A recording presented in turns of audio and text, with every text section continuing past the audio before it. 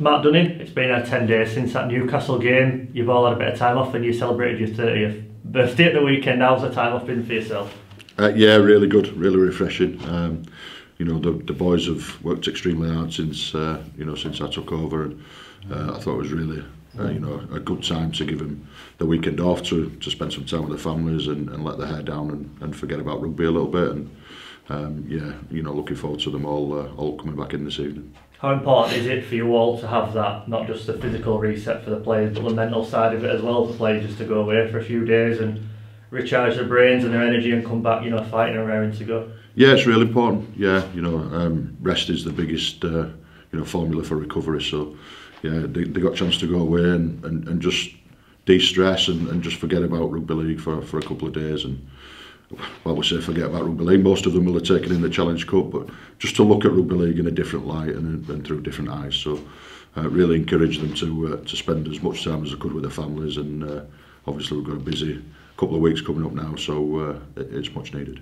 You mentioned rest was the best form of recovery. Is that going to be the case over the next 10-11 days with 3 games coming up? There's not going to be as much intense training. It's more going to be about looking after the players, reviewing the games and looking where to move forward. Yeah, recovery is going to be massive.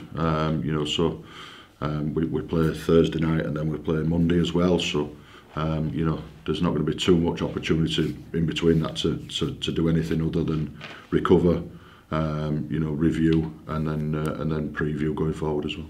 How do you target this block of fixtures? Are you looking at Sheffield already in terms of your selection and how many minutes players are going to play in an ideal scenario, or do you just review this first 2 and then look at Sheffield in isolation afterwards?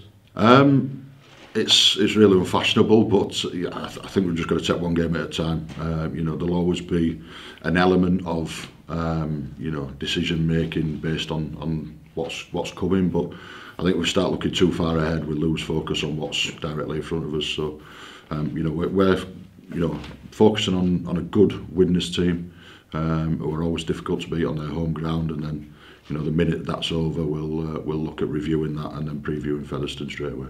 Obviously going into Widnes on the back of really encouraging performances against Newcastle, a lot of players look to be getting back to the level that we've seen him before. Ant Walker, especially on the back of his injury, it's encouraging that players are now starting to find their feet, the confidence again, and we're seeing the results on the pitch. Yeah, I think so, and I think we're seeing more and more that players are now starting to play without fear. And they're starting to express themselves a little bit, which is something that we've encouraged them to do.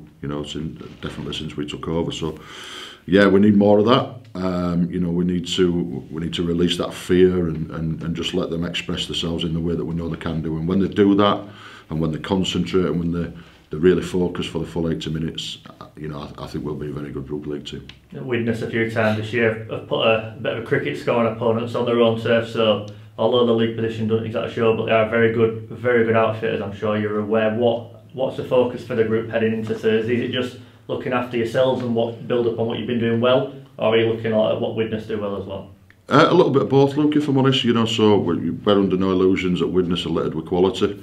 Probably a little bit like ourselves, and the results haven't been as they would have liked. And then they find themselves without Simon Finnegan, who was their head coach as well. So very, very similar to us. We know how difficult it is going over there on the big wide 4G pitch, and it's a fast track, so we're well aware of that as well. But I think our main focus has got to stay with us. If we can be the best version of us we can be, then we'll challenge any team in this league. So that's the main focus, while we are aware of the threats that Widnes pose as well. With the pitch you just mentioned, conducive to quite an expansive game, rugby league, both sides obviously play on it. Of course, if it's dry, it could be quite an attacking, entertaining afternoon, I'm sure. And with the players, Kieran Gildeck, Pat and Jordan Lilley, etc., you've got a lot of attacking talent in your ranks. So it promises to be a really exciting afternoon for everyone. Yeah, it does. It's a big old field. It's a big wide field, and there's plenty of opportunities and plenty of space there. But what we've got to do is earn the right to play first. And we've got to try and counteract their attacking threat as well. So our defence has got to be absolutely bob on. So, if we can muster that, then I'm more than confident that we've got enough with the ball, to again compete with any team in this league. So, we'll be really focused on how we can challenge them, but also how we can be good defensively and stop their threats as well. And just finally, what can you tell us about the squad news for Thursday? I'm guessing be a case of seeing how the players are when they come back in and how they respond to training tonight before you make any last minute calls. Yeah, we've named our 21 this morning. You know, so all 21 players have got a stake for a shirt, and we'll see how people go tonight in training and just you know, dot the I's and cross the T's before the end of the 17.